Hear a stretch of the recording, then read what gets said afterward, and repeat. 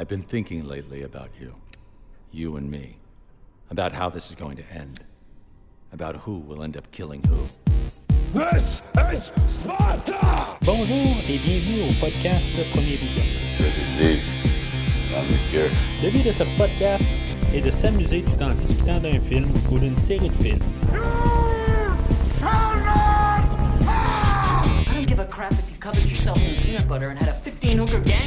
Il est important de prendre note que si vous n'avez pas encore écouté le film discuté aujourd'hui, je vais le spoiler complètement.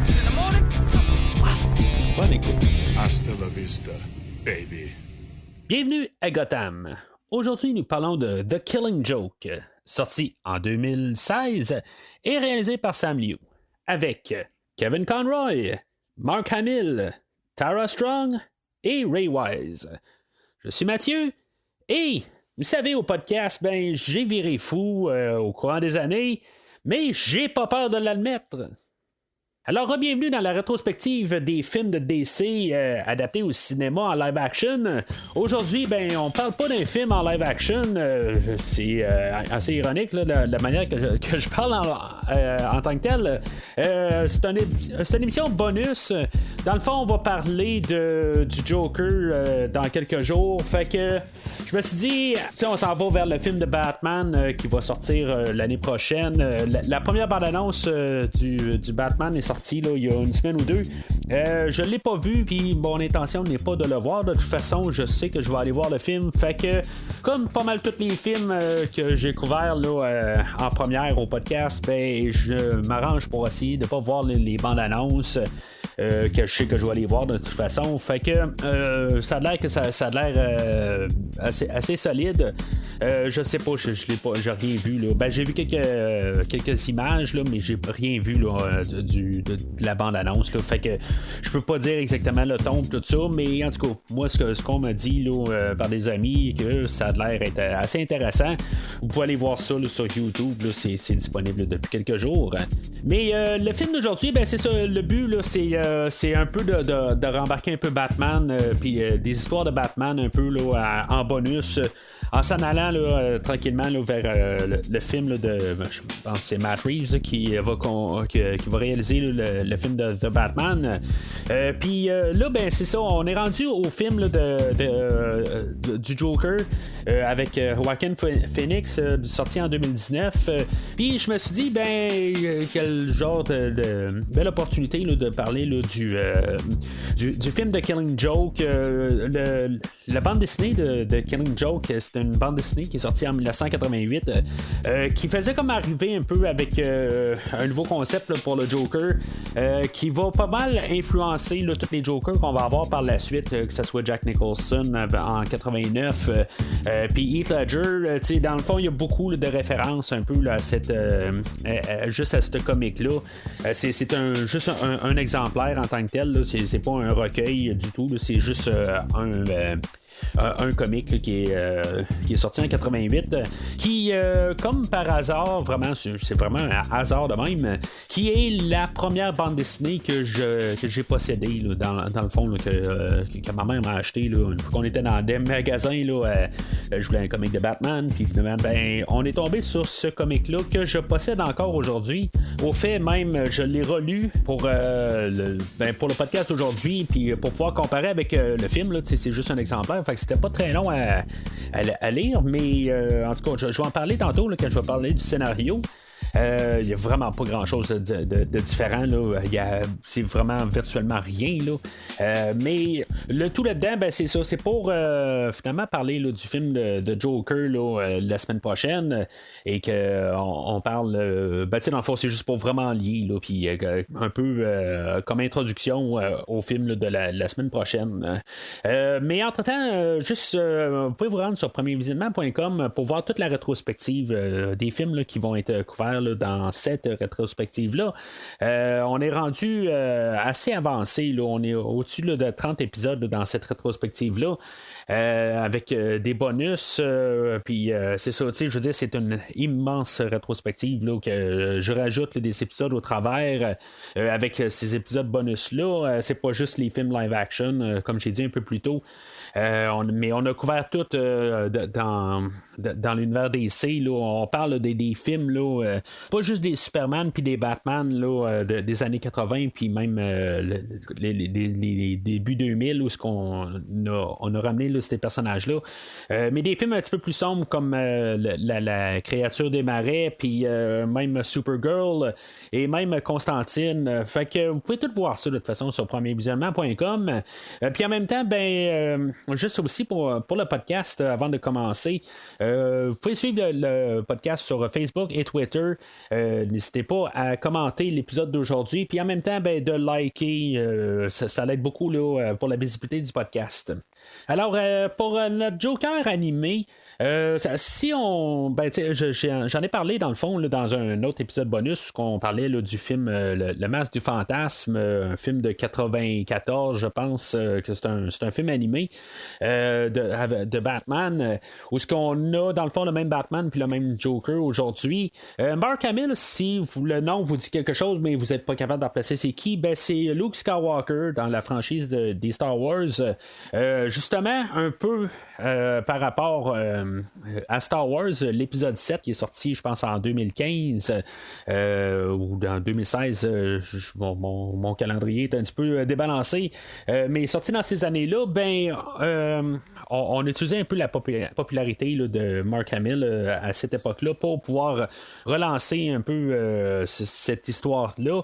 Que lui, l'année précédente, en 2015, avait dit qu'il allait arrêter de faire la voix du Joker parce que lui, il l'a fait pas mal tout le long là, depuis là, la série animée des années 90 jusqu'à 2015. C'était lui qui faisait là, la plupart là, des voix du Joker. Mais c'est ça, il y avait un jeu qui s'appelait Arkham City, que c'était son dernier la dernière fois qu'il faisait là, le personnage. Mais par la suite, c'est ça, il avait juste dit que c'est la dernière fois que je fais le personnage, mais la seule et une fois que je vais revenir, c'est si on fait l'histoire The Killing Joke. Fait que on va utiliser la popularité de Mark Hamill avec le nouveau Star Wars, puis on va se dire c'est le temps justement là, de faire The Killing Joke. Mark Hamill dit qu'il va revenir juste pour cette histoire-là. Fait que on va mettre le paquet sur The Killing Joke. Il y a même eu une sortie théâtrale très limitée, mais il y a quand même eu une sortie théâtrale là, pour le film. Juste question là, de tout ce que Star Wars a apporté pour pouvoir mettre ce film-là là, au cinéma, puis pouvoir le sortir. C'est un peu la même histoire pour Kevin Conroy, que lui fait la voix de Batman, que lui aussi avait dit qu'il allait reprendre sa retraite du personnage, puis finalement, il est revenu là, à la suite là, de Mark Hamill, et finalement, les deux, l'année suivante, ont été rapprochés là, pour une série télévisée de reprendre le personnage, puis finalement, ils ont décidé qu'ils allaient quand même continuer à faire le personnage. Fait que c'est juste une petite un petit espace temporel qu'on peut regarder où ce que peut-être qu'on allait pu avoir Mark Hamill pour faire la voix là, du Joker et de Kevin Conroy qui fait la voix de Batman, mais finalement rendu à aujourd'hui, ils ont continué encore à faire ces personnages-là. C'est juste une petite fissure temporelle qu'on a où ce que on avait plus ces deux acteurs-là là, pour faire notre antagoniste et notre protagoniste. Pour ce qui est de l'histoire de Killing Joke, dans le fond, si on s'en rend compte un peu, si maintenant on connaît un peu la bande dessinée qui a été publiée en 88, on peut se rendre compte qu'il y a comme un genre de demi-heure avant que le film commence, là, avant que plutôt le comic commence, fait que on a une histoire avec Bad Girl. Dans le fond, ça c'est comme The Killing Joke and Bad Girl Special Special numéro 1. C'est comme deux histoires là, qu'on a collées ensemble. Batgirl Special numéro 1 ou number 1, je l'ai jamais lu en tant que tel. Là. J'imagine que c'est assez fidèle en tant que tel. C'est un autre comic qui était sorti là, juste avant The Killing Joke. Puis on a collé ça ensemble parce qu'il manquait de temps en tant que tel. Là. En tout cas, je vais en parler là, tantôt de ce que je pense de ça. Mais c'est ça, c'est quand on a mis The Killing Joke à l'écran, ben on s'est rendu compte qu'on avait à peu près 45 minutes pour faire l'histoire. Fait qu'il manquait une grosse demi-heure. Fait que on a juste puisé là, dans les idées là, pour essayer là, de remplir le temps. Puis c'est ça, en même temps, ben, pour rajouter là, le personnage là, de Barbara Gordon, que elle, dans le fond, dans l'histoire de The Killing Joke, ben, elle se fait elle se fait tirer dessus là, par The Joker. Fait que dans le fond, c'est juste un peu pour rajouter un peu là, de profondeur, puis Batman aussi, qu'est-ce qu'il ressemble, tout ça. Mais je dis ça juste pour comprendre là, qu'on n'adapte pas juste The Killing Joke comme histoire, c'est qu'on rajoute une autre bande dessinée. Ce qui fait que s'il y a un, on va dire tout de suite, il y a un peu là, d'inégalité là, dans le scénario. Alors, dans les thématiques, les idées, ben, tu sais, des choses qu'on a déjà explorées un peu, là, quand on a parlé de The Dark Knight, tout simplement, là, que il y a des gens que, tu sais, il en faut pas grand-chose là, pour pouvoir chavirer, là, des fois, là, juste une mauvaise journée, ben, on peut arriver puis juste perdre la tête. Bien sûr, on va voir un flashback là, du Joker, là, puis sa blonde ou sa femme et son enfant, là, puis en tout cas toute l'histoire là, de son flashback, puis avec tout ce qui se déroule qui déroule par la suite, ben, que elle décède, puis que finalement ben il s'est engagé là, à faire un vol, puis que finalement ben il se fait intercepter par Batman, puis que finalement il se fait défigurer, puis un peu comme similaire à Batman 89, ben c'est à partir de là que le Joker a perdu la tête, mais dans le fond c'est juste tout en une journée. Puis lui, dans le fond, va essayer de ramener ça sur Gordon. Puis Gordon, dans le fond, où il va tirer Barbara Gordon sous ses yeux, puis en tant que tel, il va la torturer, puis il va juste jouer avec ça dans sa tête pour essayer là, de le faire chavirer aussi. Ça marchera pas du côté de Gordon, mais en tant que tel, ben, c'est pour montrer qu'on peut avoir une mauvaise journée, puis on peut chavirer, mais l'autre côté aussi, on peut se tenir un petit peu plus solide et finalement là, ben, pas chavirer. C'est un peu une des thématiques là, ou des idées là, qu'on veut parler aujourd'hui. Bien sûr, on veut amener une origine au Joker, mais en tant que tel, ben, on va arriver quand même avec une idée que c'est peut-être ça ou c'est peut-être pas ça. C'est sûr que à mon avis, en tant que tel, ça n'a comme pas le choix d'être ça parce qu'on le voit, puis c'est ça, à ça qu'il pense, mais il va arriver, puis il va quand même ouvrir la porte avec une idée de il y a une journée ben tu sais qu'il y a un choix multiple, que c'est comme ça qu'il aimerait ça que ça soit. Peut-être aussi que c'est ça en tant que tel, s'il a chaviré un peu là, dans la démence quelque part, ben peut-être qu'il y a un jour il se rappelle de quelque chose, puis le lendemain ben il se rappelle d'autres choses. Fait que ça laisse quand même un peu l'opportunité à d'autres écrivains là, de pouvoir écrire un autre passé au Joker, puis ceci ne reste pas définitif d'un côté, mais c'est ça aussi là, dans les bandes dessinées, des fois là, si mettons une histoire qui marche pas, ben on peut arriver puis écrire une autre histoire juste pour effacer ça ou des affaires de même. Ça arrive dans les films aussi, ça arrive dans pas mal tous les médias en tant que tel, c'est que juste que cette histoire là a vraiment eu de l'impact, puis a été quand même assez reconnue, fait que on va l'utiliser là, comme un peu là, comme idée là, pour le Joker, où elle va avoir beaucoup d'influence là, sur plusieurs autres versions là, du Joker. Puis on va arriver avec une idée que je trouve qui est intéressante aussi, c'est que même si les deux personnages, Batman et le Joker, ben se connaissent depuis plusieurs années, puis sont toujours en train là, de se battre un contre l'autre, mais qu'est-ce qui va en venir avec ces personnages-là? Batman va arriver, là, puis au début là, de l'histoire de The Killing Joke, il va aller voir le Joker, puis il va l'approcher là, d'un côté sérieux, puis il va dire, ben, on s'en va où là, dans notre relation, là? là, en guillemets. On va-tu, c'est-tu toi qui vas me tuer ou c'est moi qui va te tuer, puis exactement où est-ce qu'on s'en va. Ça fait un peu un parallèle aussi avec l'histoire là, de Bad Girl et de France, de Paris Francisco qu'on voit au début, que elle, dans le fond, lui aussi, la connaît pas, mais il y a comme un peu un genre là, de préjugé, ben pas un préjugé, là, mais il y a comme une idée fixe avec elle. Puis, on va faire un peu un parallèle avec ces deux histoires-là. Bien sûr, l'histoire est plus centrée sur Batman en tant que tel, là, parce que c'est une histoire de Batman.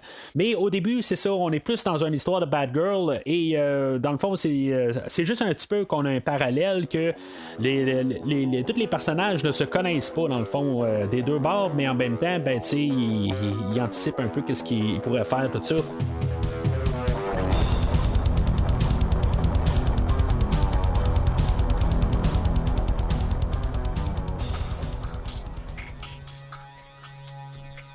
Alors, le film ouvre avec un monologue de Batgirl qui nous dit que peut-être qu'on va être surpris de la manière que le film commence ou l'histoire commence, que ce n'est pas comme qu'on pense que ça va commencer. Effectivement, ben, quand on a un film qui s'appelle The Killing Joke, on s'attend à ce que ça soit une adaptation de The Killing Joke. Et ça commence avec, comme j'ai dit plus tôt, ben, Batgirl Special numéro 1. En tout cas, là, dans cette histoire-là, ben, on va suivre pas mal la prochaine demi-heure. On va suivre Batgirl, puis sa relation avec Batman. C'est comme un peu une relation mentor et apprenti. Elle va essayer de suivre Batman dans le fond, autant que dans sa pensée là, que dans son côté physique. C'est sûr que Batman est vu comme le super héros, ben, le héros ultime. En tant que tel, ben, il a comme appris la sagesse, puis elle l'a pas appris en tant que tel. Elle est un petit peu plus impulsive, puis Batman, ben, lui, il va voir ça aller un peu, puis quelque part, il va lui dire aussi là, que regarde, tu commences à être un petit peu trop impliqué émotionnellement, ben, ce serait le temps que juste que tu prennes du recul, chose que lui a appris avec le temps, mais elle l'a pas encore appris. Chose qu'elle va apprendre un peu pas mal dans cette histoire-là. Dans cette histoire-là, ben, on va avoir une genre de petite mafia là, menée là, par Carlos Francesco et son neveu Paris Francisco ou Paris France. Que je sais pas les autres s'ils viennent d'ailleurs, si on les voit dans d'autres histoires, s'ils viennent dans une histoire là, de Batman où ils sont juste appropriés là, à vraiment ce spécial de Batgirl. J'ai aucune idée, dans le fond, c'est la seule fois là, que j'ai vu ces personnages-là.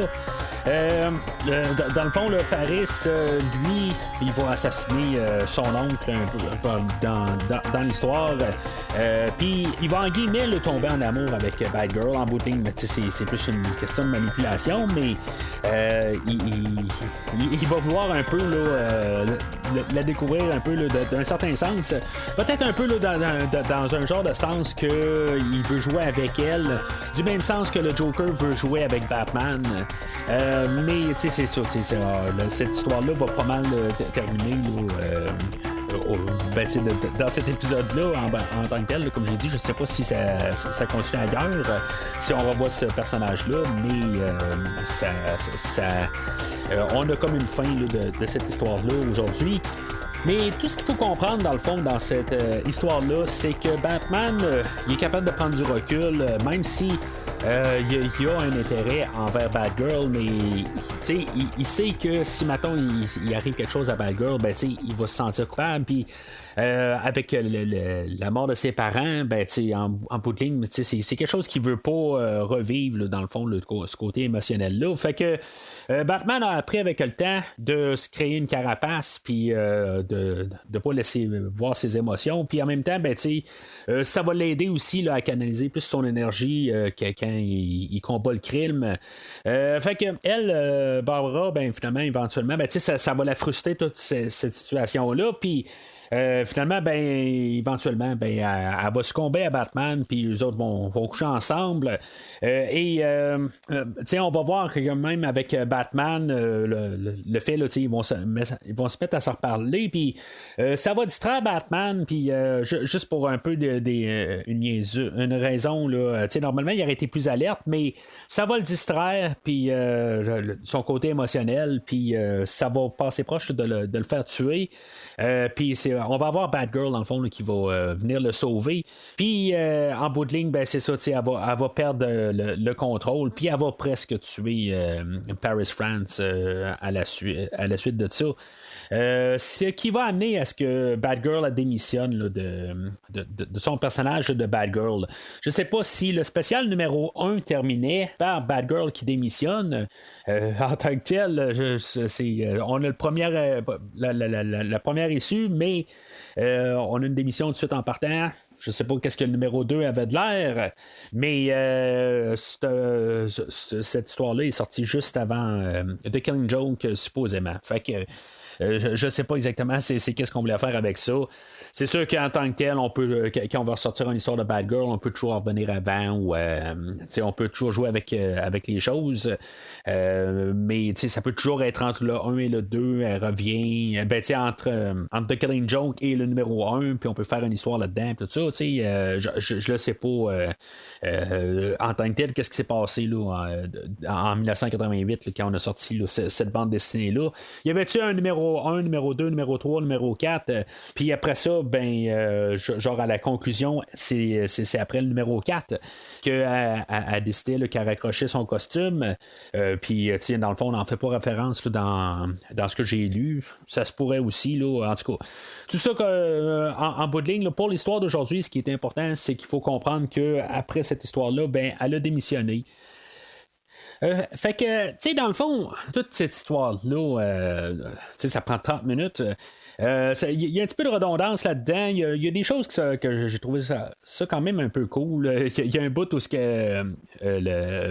Paris il est sur son bateau, puis il se fait attaquer par son oncle, puis dans le fond, le bateau explose, puis on voit une main d'une personne qui était à bord du bateau qui venait de tuer Paris. Ça l'explose, puis on voit juste une main là, d'un mort là-dedans là, qui revole à l'eau. Je veux dire, ça me fait comme saisir à chaque coup là, en tant que tel, là, comment que la bande dessinée là, est brute, est quand même assez. C'est le genre de choses qu'on peut montrer, qu'on verrait pas vraiment là, dans les versions live action là, de l'univers de DC. Mais justement, là, dans les comics, on se met un petit peu plus. C'est un petit peu plus cru, c'est un petit peu plus violent. Comme chose, c'est un petit peu plus gore en tant que tel. Là, ça veut pas dire qu'il y a plus de sang. Il y en a beaucoup là, dans les animations là, de DC là, que des fois là, on voit vraiment là, plein de sang voler un peu partout. C'est pas vraiment le cas aujourd'hui, mais juste voir le restant là, de juste une main qui revole à l'eau. J'aime toujours là, ce plan-là en tant que tel. Mais tout pour l'histoire là, de Batman et Batgirl, honnêtement, ça me laisse indifférent. Il aurait pu faire une autre histoire en tant que telle. Je pense qu'on avait peut-être des meilleures histoires là, à pouvoir adapter ou pouvoir juste un peu s'arranger là, pour que ça soit un petit peu plus relié là, avec la prochaine demi-heure du film. Ça paraît vraiment comme une histoire isolée, puis ça aurait dû peut-être être une histoire de Batman, surtout que ça s'appelle Batman The Killing Joke.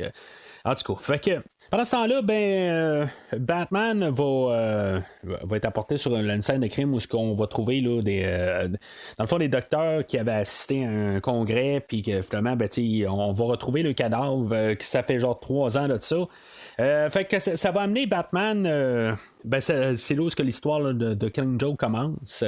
Batman va aller retrouver le Joker par la suite parce que dans le fond tous les cadavres ont des sourires dans le visage, fait qu'il suppose que c'est peut-être le Joker. Petite nuance avec le comic en tant que tel. Le comic commence vraiment où ce que le Joker, où ce que Batman va trouver le Joker. Mais c'est ça. Là, le premier pas, c'est qu'il y a eu une histoire juste avant, là, où on a trouvé des cadavres. Dans le fond, qu'on n'en reparlera pas du tout là, du restant du film. Là, on va apprendre, dans le fond, une fois que Batman est à Arkham, que dans le fond, le Joker, c'est un imposteur qui est à sa place. C'est-tu un gardien qui l'a laissé sortir? Je pense que c'est ça qu'on insinue. Il y aurait eu de la place. Je vais parler un petit peu là, dans le restant là, du scénario. Des choses qu'on aurait peut-être pu élaborer au lieu de mettre une histoire au début qui n'a pas rapport avec pas mal le restant là, de Killing Joke. On aurait pu arriver puis montrer là, la manipulation du Joker, comment qu'il a, comme en guillemets, séduit un gardien là, pour qu'il prenne sa place. Dans le fond, lui, il va prendre sa place. Là, comme si de rien n'était, puis il sait qu'il est là. Ça aurait été juste une manière là, d'apporter ça. Là que Batman arrive, puis là, il est comme en train de poursuivre une enquête des médecins qui sont décédés, qui ont été tués. Puis en tant que tel, ben là, il arrive pour parler au Joker, puis là, tout d'un coup, il passe sur un autre sujet carrément.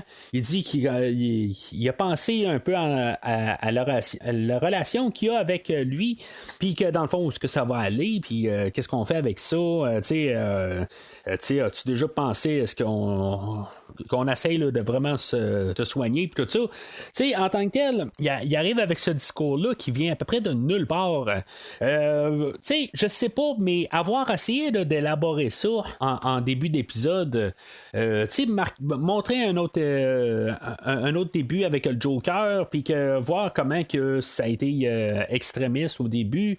Je le sais pas exactement. On voit Batman en train de réfléchir, penser à d'autres fois où il a rencontré le Joker, des affaires de même. Là, ça arrive comme de nulle part. On est à genre 30 minutes du film, puis là, tout d'un coup, des grosses histoires philosophiques de Batman envers le Joker. Ça vient carrément de nulle part. C'est pas que c'est mauvais en tant que tel. J'adore ça, j'adore le concept en tant que tel. Que Batman, il s'arrête et qu'il dit, garde, est-ce qu'on va vraiment se tuer avec cette histoire-là, où on peut essayer là, de parler, puis peut-être arrêter là, d'être physique, puis de voir une solution là-dedans. Parce qu'éventuellement, tu vas te sauver, puis je vais te rattraper, puis éventuellement, il va se passer là, quelque chose de grave. Fait que le Joker, lui, pendant ce temps-là, il est allé s'acheter un pack d'amusement, puis dans le fond, il va avoir tué le gars qui vend le parc, tout ça. En bout de ligne, le Joker là, devrait être mis à mort en bout de ligne. Là, combien de personnes qu'il a tué là, depuis le temps, là, mais quand on en revient juste à l'idée là, que Batman veut quand même parler au Joker puis régler ça, c'est une question, je pense, là, d'avoir une conscience tranquille là, quelque part. Mais bien sûr, le Joker, là, il est meurtrier. Puis c'est ça, on le voit tout de suite là, dans le fait là, qu'il va, il va tuer là, le vendeur là, du parc d'amusement. C'est-tu lui le propriétaire en tant que tel, là, ou c'est juste un revendeur? Ça a l'air être lui le vendeur, là, mais en tout cas, je m'en vais un petit peu dans un détail où ça n'a pas d'influence du tout là, sur l'histoire. Fait que le Joker, une fois qu'il a pris possession du parc d'amusement, le parc d'amusement, je pense que rendu là avec l'histoire de Killing Joke en 88, pas mal, je pense, une influence sur beaucoup d'affaires. Me semble dans le film là, du Masque du Fantasme aussi, on est revenu avec le parc d'amusement, puis il y a plusieurs fois là, où on revient tout le temps avec un parc d'amusement. Fait que d'après moi, là, ça a une influence sur beaucoup d'affaires, beaucoup là, dans la version animée là, du Joker. Si je me trompe pas, même dans la version animée, je pense que la première épisode, la deuxième épisode, là, quand on voyait le Joker pour la première fois, on se ramassait avec Joker qui était dans un parc d'amusement. Fait que, tu sais, ça a beaucoup rapport avec la mythologie là, du Joker. Alors, le Joker met son plan en action. C'est là qu'il va kidnapper le Gordon, puis qu'il va. Il va pas tuer Barbara Gordon, mais il va y tirer dessus, puis dans le fond, elle va être entre la vie et la mort. Il va la rendre, dans le fond, paraplégique, elle ne pourra plus utiliser là, ses jambes. Mais c'est ça, en tant que tel, là, c'est comme un geste cruel.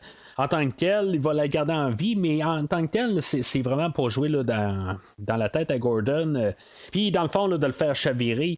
Si elle serait morte, elle serait morte, mais en tant que tel, il va même là, la dénuder, puis il va, ce qu'il va la violer, il va prendre des photos de ça. En tout cas, il va vraiment jouer là, dans la tête à Gordon pendant un bon bout là, du film. Vraiment là, pour essayer là, de le faire chavirer. Même Gordon, dans le fond, il va le déshabiller. Vraiment juste pour vraiment là, essayer là, de rentrer là, dans sa tête, puis vraiment faire le maximum là, de carnage là, mentalement. Puis c'est dans ces scènes-là aussi qu'on va voir le Joker, dans le fond, là, il va comme faire une réflexion là, sur son passé, puis comment qu'il a. Comment il est viré là, dans la démence. Puis c'est là qu'on va voir là, dans le fond qu'il y avait une femme à l'époque. Elle attendait un bébé dans genre 3 mois. Puis lui, ben, il n'était pas capable là, de subvenir aux besoins financiers là, de sa petite famille. Il essayait là, de prendre plusieurs jobs, puis ça marchait pas. Puis là, ben, il essaie de trouver quelque chose. Finalement, ben, il va s'embarquer là, dans un plan là, où il va avoir un vol à une usine. Puis, pendant ce temps-là, ben, sa blonde va accidentellement se faire tuer. Mais, je sais pas, il met ça un petit peu ambigu. Je sais pas si, mettons, c'est les gens là, qui engageaient là, le Joker, dans le fond, que si, mettons, c'est eux autres qui se sont arrangés pour qu'elle elle a un problème électrique, finalement, qu'elle décède de ça. Est-ce que c'est arrangé en tant que tel pour qu'elle se fasse tuer puis que ça paraisse juste pour un accident? C'est juste comme un peu de la coïncidence. Je sais pas. Je suis comme un peu en deux mentalités là-dessus. C'est mettons, on a décidé là, que c'est qu'il voulait tuer sa femme. Ben, en tant que tel, ça ne garde pas de lien en tant que tel. Il n'y a plus rien en tant que tel là, qui le motive à continuer. Fait que c'est peut-être pas une bonne idée en tant que tel là, de tuer sa femme et son enfant rendu là. Puis dans le fond, ils vont peut-être se suicider, puis ils vont perdre leur gars, puis ils n'auront pas quelque chose pour le manipuler avec. Mais l'autre côté, ben c'est ça, je pense aussi qu'on veut montrer qu'en tant que tel, c'est juste le hasard est arrivé. Puis sa femme et son enfant sont décédés, puis en bout de ligne, ben après ça, ben le Joker va se faire défigurer puis avoir la forme qu'il a. Ben c'est-tu défiguré en tant que tel, il va juste comme perdre là, le teint de sa peau, puis c'est ça, dans le fond, ça va le faire chavirer carrément là, avec pratiquement là, ces deux éléments-là. Il y a l'affaire là, du le Red Hood en tant que tel, ils vont y mettre un bocal rouge là, sur la tête. C'est un personnage qui revient là, dans l'univers de Batman. Je le sais pas exactement là, ça m'intrigue un peu de savoir c'est qui à quelque part. Je sais que c'est un des Robins qui vont succéder là, à Dick Grayson, mais est-ce qu'il y avait un Red Hood avant? C'est ça que je me pose comme question rendu là. Ça me pose vraiment des questions. Il y a un film là, de Batman là, qui s'appelle Under the Red Hood, qui était, je pense, le premier film animé de ce genre de film-là. Là. J'avais écouté le Masque du Fantasme avant, là, mais les sorties là, directement en DVD. C'était le premier film que j'avais écouté là, de DC, puis je l'avais aimé, puis c'est pour ça que je n'ai écouté d'autres par la suite, parce que j'avais trouvé ça là, vraiment assez solide. Peut-être que je vais le couvrir là, dans la rétrospective là, pour se rendre au film de Batman. Là. J'ai l'intention là, de couvrir quand même une couple d'autres là, de films animés là, de Batman jusqu'à temps qu'on se rende là, au nouveau film. Mais ça m'intrigue un peu là, de savoir là, qu'est-ce que c'est exactement là, de Red Hood rendu là.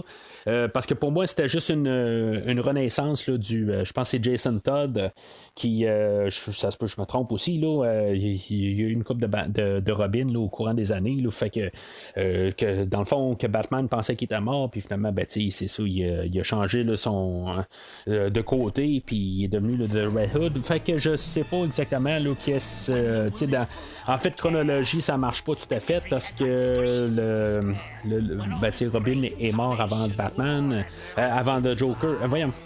Ce Robin-là est mort avant que le Joker devienne le Joker. En tout cas, c'est en tant que tel, on voit qu'il y a un Batman aussi. Là, fait que, en tout cas, c'est tout est un petit peu mêlé. Mais je pense que c'était peut-être juste un clin d'œil rendu là. I go loony as a light bulb battered bug. Simply loony. Sometimes fold and chew the rug. Mr. Life is swell in a padded cell. It'll chase those blues away. You can trade your gloom for a rubber room and injections twice a day. Just go.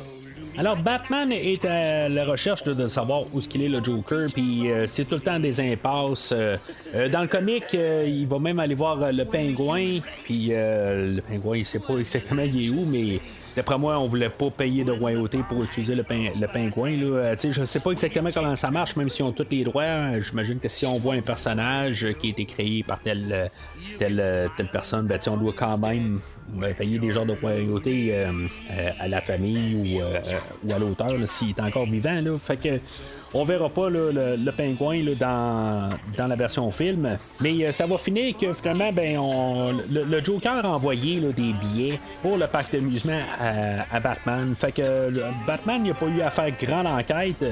C'est sûr que c'est ça.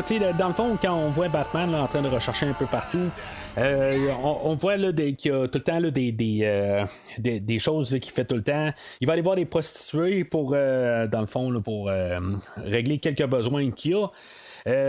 En sortant, puis aussi il va toujours aller voir là, des gangs de rue pour essayer là, de recruter du monde, tout ça. Il va pas avoir été voir ce monde-là, mais en tant que tel, il a quand même été voir du monde pour recruter là. Fait que c'est pas le monde habituel. On va voir que le Joker a comme recruté là, toutes des personnes déformées tout ça. Ça va nulle part carrément là, cette partie d'histoire-là. Il y a une fille qui a 2 têtes, il y a plusieurs nains, puis en tout cas c'est vraiment là, assez bizarre là, comme choix en tant que tel. Mais en tant que tel, c'est ça va nulle part. C'est ça que je comprends pas exactement. Si ça aurait eu un peu une suite, mais ça n'a aucun rapport en tant que tel. Je pense que c'est juste comme pour montrer un peu de la morbidité là, pour jouer dans la tête à Gordon. Puis j'ai rien contre les nains puis les personnes à 2 têtes. Là, c'est pas ça, là, mais je pense que c'est juste pour montrer des choses que le commissaire Gordon est habitué de voir. Mais c'est ça, en tout cas, Batman se ramasse au parc d'amusement. Puis, bien sûr, il va se battre avec le Joker, il va le trouver sur place. Je pense que, autant que c'est pas animé dans la version comique, je veux dire, dans le fond, c'est juste des panneaux. Là. Je pense que c'est pas mal plus excitant de le voir sur une page de comique que de voir qu'est-ce qu'on a en tant que tel. On voit juste un petit peu 2-3 coups. Ils vont se parler un peu. Là, dans le fond, c'est pas mal les mêmes choses que Mark Hamill et Batman vont dire. C'est pas mal juste transcrit directement là, de la page. Il n'y a pas vraiment là, de nouveaux textes. Il y a peut-être juste des lignes un petit peu par-ci par-là. Mais en tant que tel, c'est pas mal le dialogue qui était là, dans la bande dessinée. Je comprends pas exactement pourquoi on n'a pas élaboré là-dessus. Honnêtement, toute la relation qu'ils ont, ces deux personnages-là, puis les discussions qu'ils ont, à la fin, Batman va prendre le dessus sur le Joker, puis dans le fond, là, il va avoir gagné, là, dans le fond. Joker va s'en virer, puis il va essayer là, de sortir son fusil, puis essayer de tirer sur Batman, mais finalement, c'est un faux pistolet. Puis dans le fond ça va pas mal terminer là, il va dire une blague, puis c'est comme si les deux personnages sont capables de s'entendre, tout ça, mais dans tout ce qu'ils se disent là, dans toute cette scène-là, honnêtement, tu sais, il y a de la profondeur dans ces scènes-là, puis la prestation là, de Mark Hamill en Joker, tu sais, on ressent quelque chose, tu sais, je veux dire, c'est même, je pense que, tu sais, c'est quand même touchant, la scène où il y a quand même Batman qui dit, garde, ben, tu sais, il fait comme un peu répéter qu'est-ce qu'il disait là, à l'asile là, de Arkham, mais il dit vraiment au Joker cette fois-là, ben, tu sais, il dit, là, garde, j'aimerais ça que, tu sais, qu'on essaye là, de trouver une manière là, qu'on ait pu à se battre, puis j'aimerais ça au moins avoir sur la conscience que j'ai essayé. T'sais. Puis Joker va se lever, puis au lieu d'essayer de se débattre à rien, tout ça, ben, il va dire, franchement, il va dire, non, c'est trop tard, on peut plus aller là, sur ce terrain-là, je suis rendu trop avancé en tant que tel. Puis je trouve ça intéressant à quelque part, ça rajoute un peu un autre côté au Joker, que il y a comme un peu sa démence, mais l'autre côté, ben, il y a quand même un peu une genre d'humanité dans lui. Puis je trouve que cette finale-là est vraiment forte en tant que telle. Puis là, quand il va compter sa joke, puis Batman va embarquer là-dedans, je sais que c'est un petit peu ambigu en tant que tel, là, que si, mettons, Batman a tué le Joker, moi, je pense pas en tant que tel. Là, même si c'est Batman qui prend le dessus là, sur le rire, puis on sait pas exactement ce qui s'est passé. Je pense pas que Batman a cassé le cou au Joker en tant que tel, je pense qu'il l'a rentré en tant que tel, je pense que c'est ça le but en tant que tel, c'est que Batman il continue à garder sa ligne, puis le Joker essaie de garder sa ligne aussi, mais si mettons si Batman a tué le Joker, ben dans le fond c'est le Joker qui a gagné, mais c'est ça en bout de ligne qu'on va essayer de montrer avec ce comic là, c'est que en tant que tel le Joker essaie quelque chose. Mais c'est ça, le Joker est dans sa ligne, puis il n'a pas réussi en bout de ligne. C'est ça qu'on va essayer de montrer. Il y a Barbara dans comme un genre de scène mi-générique en tant que tel, on veut juste montrer là, qu'elle n'est pas. Elle sert encore à quelque chose. Elle va devenir l'oracle, qu'elle, dans le fond, même si elle ne peut plus marcher, ben, elle va être en contrôle de plusieurs systèmes de surveillance, puis dans le fond, elle va guider là, plusieurs membres là, de je pense que c'est la Justice League. On en a parlé une couple de fois là, dans la rétrospective, là, mais dans le fond, c'est tout le temps un peu là, selon le personnage. On en a parlé là, même dans Steel, un film avec Shaquille O'Neal, qu'il y avait l'oracle là-dedans. Là, je veux dire, c'est tout le temps adapté, mais c'est ça, c'est juste un petit peu là, pour un peu clore l'histoire là, du début, là, pour essayer de mettre quelque chose à la fin là, qui va relier là, le début du film, mais en tant que tel, ça vient de nulle part. Il y a la musique aussi là, du film qui est par plusieurs artistes. Je veux dire, ça fait sa job, elle est quand même correcte. Je l'ai écouté une couple de fois en tant que tel, en travaillant, puis c'est du standard en tant que tel. Là, tous ces films animés là, ils ont l'air d'avoir à peu près toute la même trame sonore. C'est pas rien d'extraordinaire, mais elle fait quand même sa job. Là, je l'ai quand même apprécié là, tout le long de la trame en tant que telle. Puis c'est ça, il y a plusieurs personnes là, qui travaillent sur la trame sonore. Puis en tout cas, ça rajoute une couple d'affaires. Il y a un musical là, où le Joker là, il dit qu'il vire fou, tout ça. C'est lui qui chante dedans, tout ça. C'est quand même le fun un peu à entendre. Là, c'est juste du Joker. C'est morbide un peu, mais c'est quand même le fun un peu. Là. God damn it. Well, what are you waiting for? Kick the hell out of me and get your standing ovation. Not this time. I don't want to hurt you. I don't want either of us to end up killing the other. But we're running out of alternatives. Perhaps it all hinges on tonight. I don't know what it was that bent your life out of shape, but maybe I've been there too. Maybe we could work together. I could rehabilitate you. You don't need to be alone. We don't have to kill each other. Let me help you.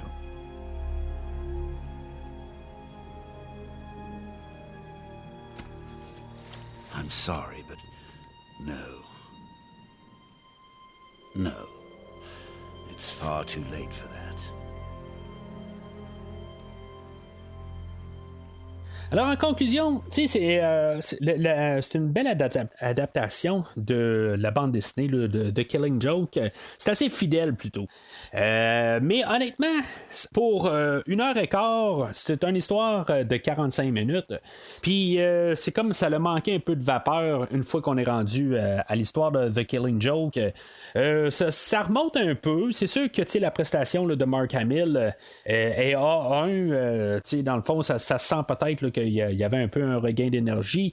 Il est vraiment là, formidable là, comme Joker. C'est vraiment quelque chose là, qui est capable de soutenir le film. Toutes les scènes avec le Joker, ils sont merveilleuses.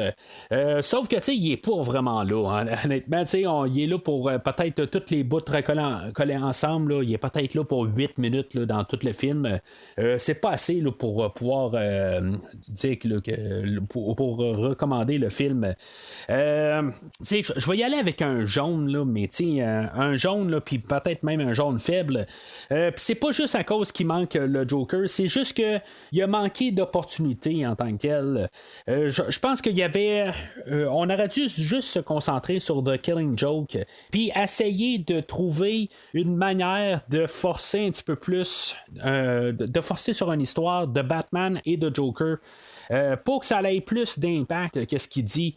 Là, ça a l'air tout à la fin, là, quand on a Batman puis le Joker qui se parlent, ça aurait dû être plus élaboré pendant le film. Je comprends que le Joker, lui, il a son agenda, tout ça, mais il aurait fallu avoir plus qu'une scène que Batman se rende compte qu'il connaît pas le Joker, puis dans le fond que une fois, il y a juste une place, je pense qu'on voit le Batman démasqué, sans masque, puis il va dire à Alfred, il va dire je le connais pas, le Joker, puis c'est comme, il aurait fallu plus de scènes comme ça qui essaient de comprendre un peu là, la tête du Joker, qu'est-ce qui se passe dedans.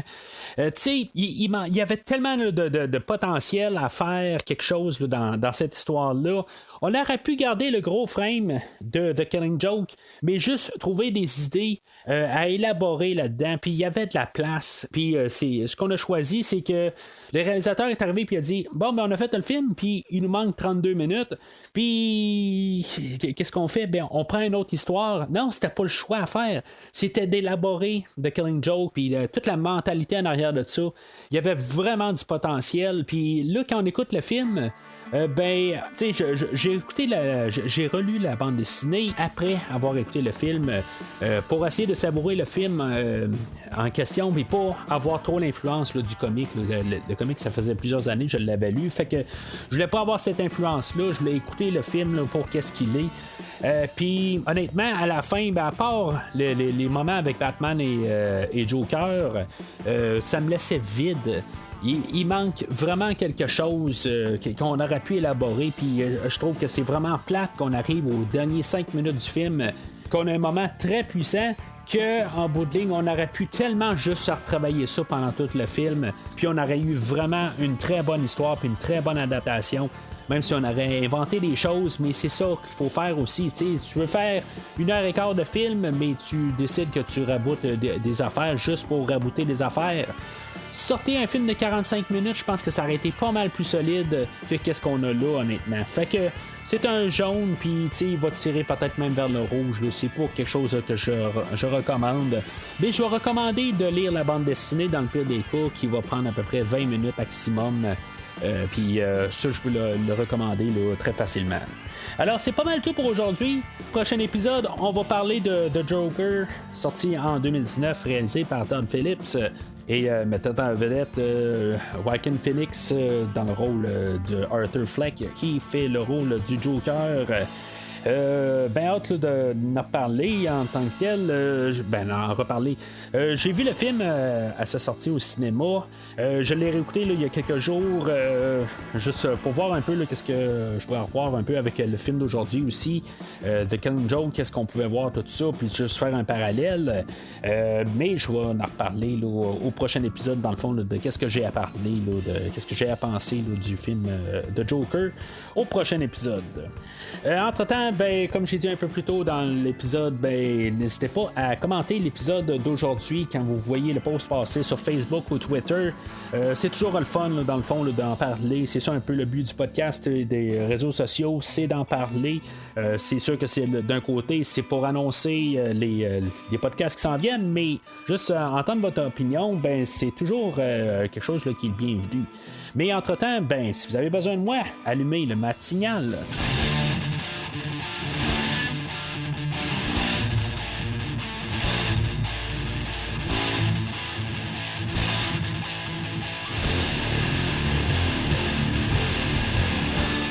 Merci d'avoir écouté cet épisode de Premier Visionnement. J'espère que vous vous êtes bien amusés. Revenez-nous prochainement pour un nouveau podcast sur un nouveau film. Les opinions qui se sont dites sont les miennes et ont pour but de mieux comprendre le film et ou trouver un sujet de discussion et non de servir comme version officielle ou définitive du film discuté ici. N'oubliez pas de suivre la page Facebook de Premier Visionnement pour être informé de nouveaux podcasts. Vous pouvez écouter Premier Visionnement sur plusieurs plateformes, dont Spotify, YouTube et Stitcher. Merci et au prochain épisode.